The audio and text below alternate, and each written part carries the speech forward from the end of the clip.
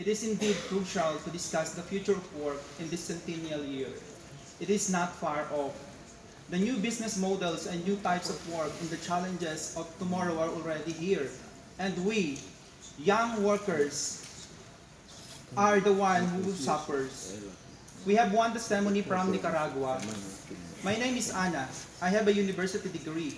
I have been working from home for 4 years for a US-based customs company.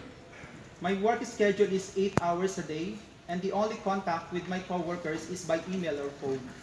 Technology allows easy access to information for customers and helps the company to increase its sales. But not all my workers' rights are respected. As far as social protection coverage is concerned, the company does not offer social insurance, the right to medical care, and the payment of pensions, which is a deep concern when thinking about the future. I have no employment contract, which affect me as worker. It should be the basis of an employment relationship.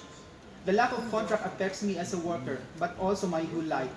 As for the work environment, the lack of personal contact with anyone during my 8-hour working day has made me an unsociable person who has lost interest in interpersonal relations. On the other hand, it limits the right to freedom of association, to organize, to act together on common interests, and to be part of a union.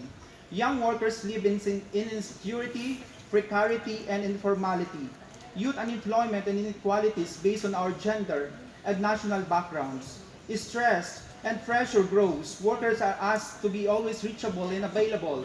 Our earth is being destroyed. Inequalities in terms of wealth and power grow, while social protection decreases. Seeing all this, many young workers lose trust in institutions.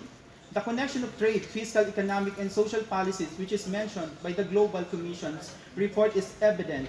We demand security and dignity for young workers and equal distribution of wealth for all.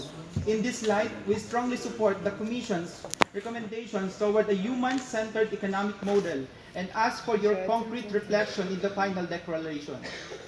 We regret not finding the Universal Labor Guarantee as designed by the Global Commission on the Future of Work in the draft Centenary Declaration. We think its components should be always in the fundamental labor rights. We declare and demand to implement a transformative and measurable agenda for gender equality, to provide universal social protection from birth to old age, to channel and manage technology for decent work, to provide incentive to promote investment in key areas such as the care economy, the green economy, and the rural economy. There is no time left to wait for action. The future is already here.